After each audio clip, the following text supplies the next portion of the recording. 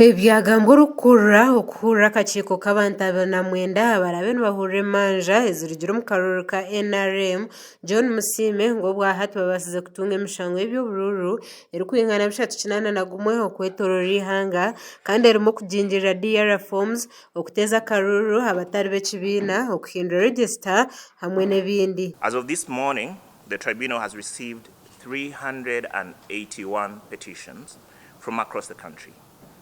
In accordance with the guidelines of the Filing and Handling of Election Petitions 2025, issued by the Director of Legal Services, each petitioner is required to serve a copy of their petition on the respondent.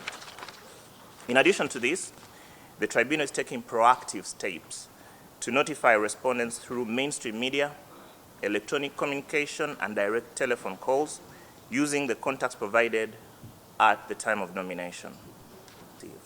The petitions received cover a wide range of electoral concerns, including allegations of vote rigging, multiple voting, violence and obstruction of polling agents, participation of ineligible candidates, and procedural irregularities during voting and tallying. Oguyayongera agira ngo buri izuba nibija kuba nibahurira Emanja ezirukwingana 56 kandi nibija kumara kibanza icyo kwa mwenda omwaka ogu.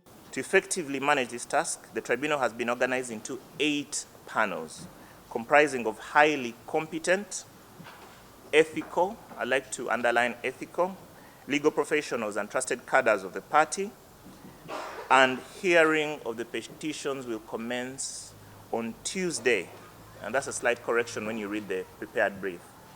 Tuesday, not Monday. Tuesday, 29th of July 2025 at 9 a.m. sharp at this very place.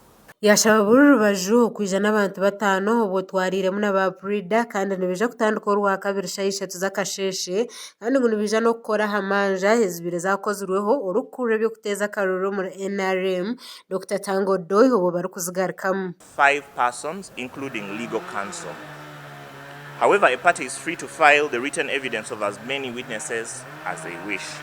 Akakiiko kasuubira okutandika okuwuliriza emisango gino nga 29 omwezi guno kusaawa 3 ez'okumakya ate abantu bajja kubanga bababuulira lunaku ki kwegamba sinti buli gyonna emisango gijiwulirwa ku lunaku bajja kulangirira nti gundi ne gundi mujje ku lunaku bwe ruti oba abava mu kitundu bwe kiti mujje ku lunaku bwe ruti emisango jammwe jiwulirwe. Orukure bya mobilization omumaka ga mukuru w'ihanga Robert Wakandare yagira ngo mukuru w'ihanga hurira abanya-Uganda yataha akakiiko ko kukura Emanja kandi nuko kushaba abantu okuguma n'obucurera obwo barinzire birarigemu. Nasa president Dr. Museveni nahurira umuranga w'abanya-Uganda abitagiye ahakaruko katagenzere ginga bakagira ngo tubabarangire kandi bashimwa basingire aho kitene sa president atira akakiiko nkaza futana kuri wa kabiri anishango tukate mu bwisigi tabanje tukurikize